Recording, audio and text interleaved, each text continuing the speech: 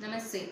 Hi children, how are you? I hope you're all fine, safe at home. So today I'm back to teach you the last part of economics lesson 1, that is the story of village Palampur. So before going to start the class, let us have a small warming up session. Children, we know that the most important aspect of our life is education. The efforts you keep on today develops a strength for tomorrow. So do remember that even without pressure, we won't get even diamonds. So reprogram your mind now. Now let us back to the topic, the village Palampur. In the last class we have studied some concepts like factors of production, how the village Palampur is a well developed one when compared to remaining villages. And today we also have studied about green revolution, the modern inputs they are using, all these things. So let us continue the topic today, that is with land distribution in the village Palampur. So coming to land distribution, the concept is land distribution.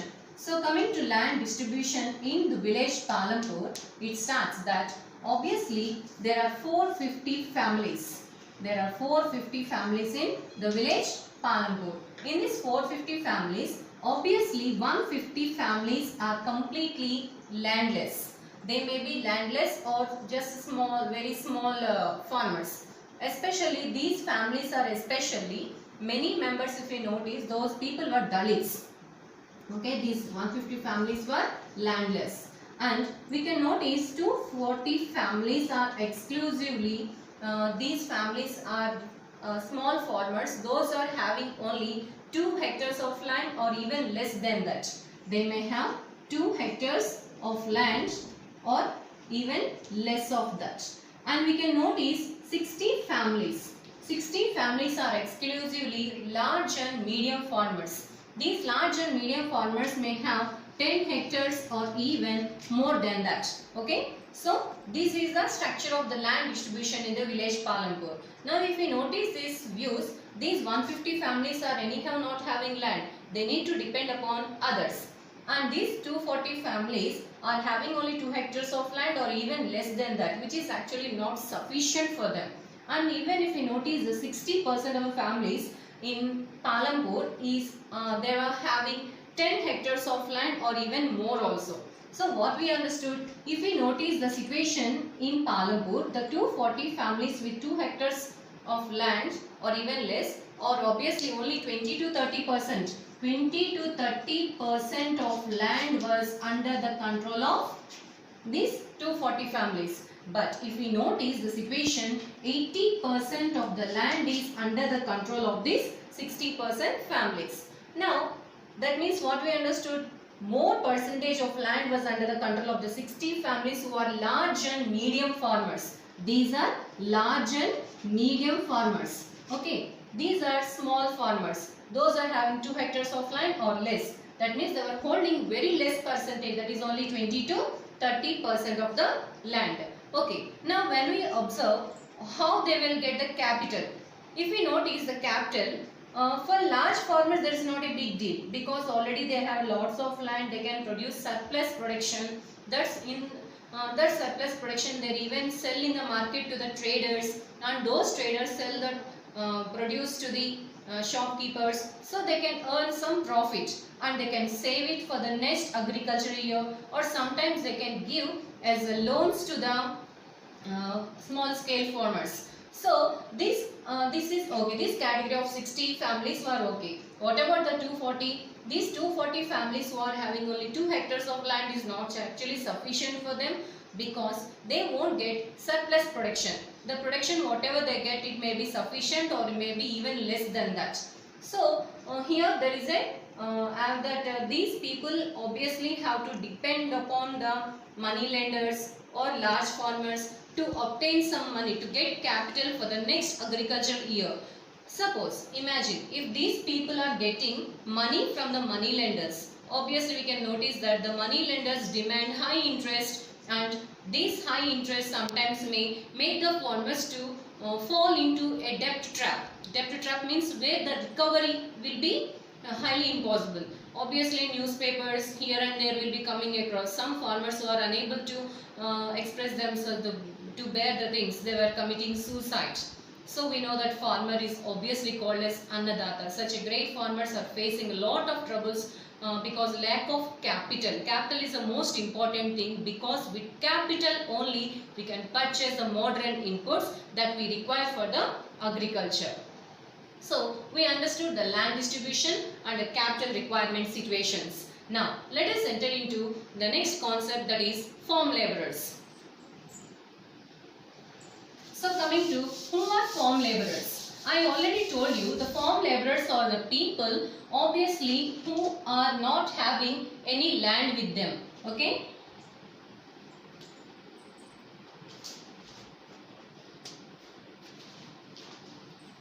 So these farm laborers are the people who are not having any land with them.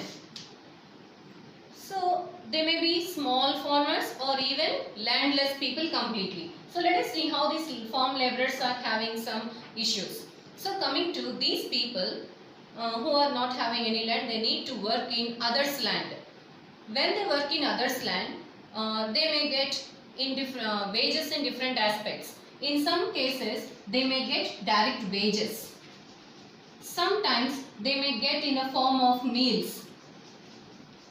Sometimes then the farmers, they pay in the form of providing food grains to these farm laborers. Next, here we can notice that the duration we cannot guess. What do you mean by duration? Duration means generally we notice the farm laborers, especially agricultural laborers, won't get work all throughout the year. Whenever there is a season only, they will get work. Suppose imagine agriculture farm laborers especially will have work mostly during sowing season and harvesting season. At this time only they will get work. Then whatever the remaining days, they need to search for work in some other aspect. And here the last and final one we can notice is heavy competition. Okay, heavy competition also can be one of the reason. So what is this heavy competition? As there are more number of farm laborers, many farmers obviously work to they will be willing to work for less wages. That means as the work is less and the laborers are more, what happens? Demand for work increases and wages obviously will decrease. So you might have remembered we studied about unemployment situations. This is a kind of situation which is called as seasonal unemployment. Here they will be working only in seasons. In remaining times they don't find any kind of work.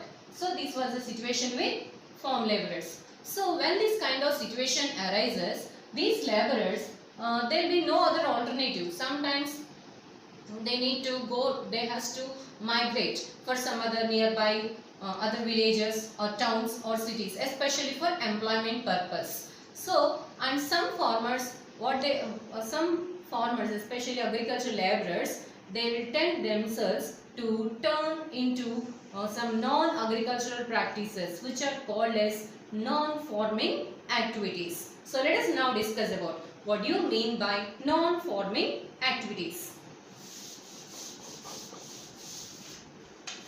So let us see what do you mean by non-farming activities.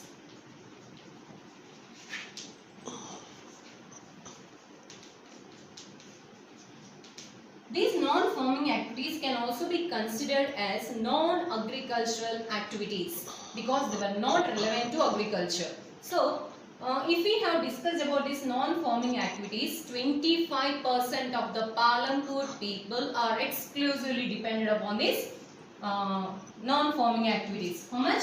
25%. It happens almost in every village. So now, what are the most important non-farming activities? So let us see what are the categories. When we discuss, there are 4 important non-farming activities. One is dairy farming.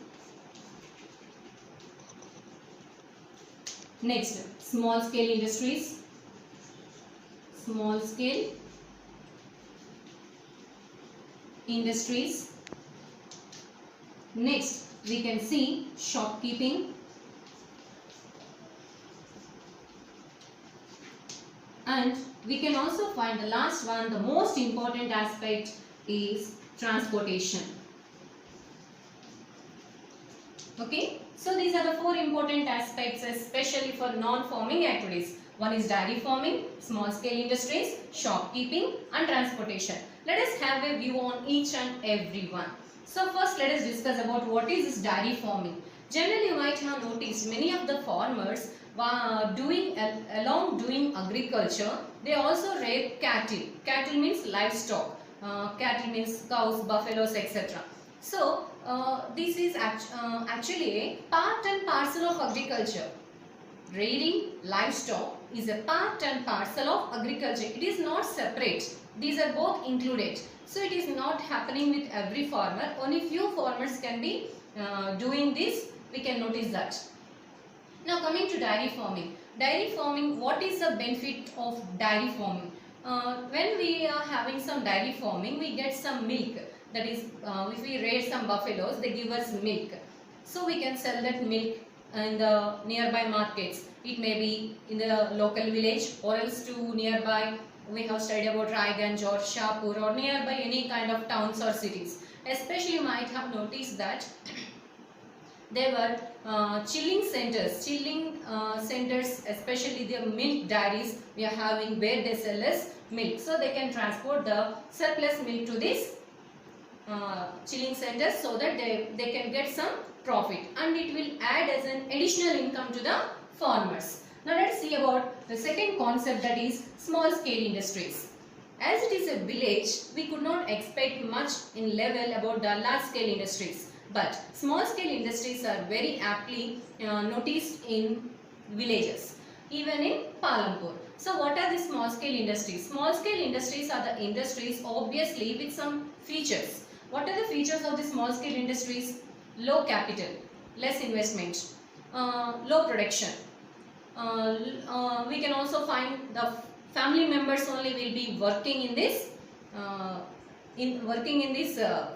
industries, so that there is no need of outside laborers. So they can earn. Now what are the examples of these small scale industries? Agarbatti, matchmaking. Next we can see BD. These all things comes under candle making. These are all some examples for the small scale industries. Now the third aspect is shopkeeping. It is very rare and common to see in villages, especially the houses which were very near to the roads or else bus stops, tea shops. We can notice in those houses the front rooms will be allotted especially for the shopkeeping.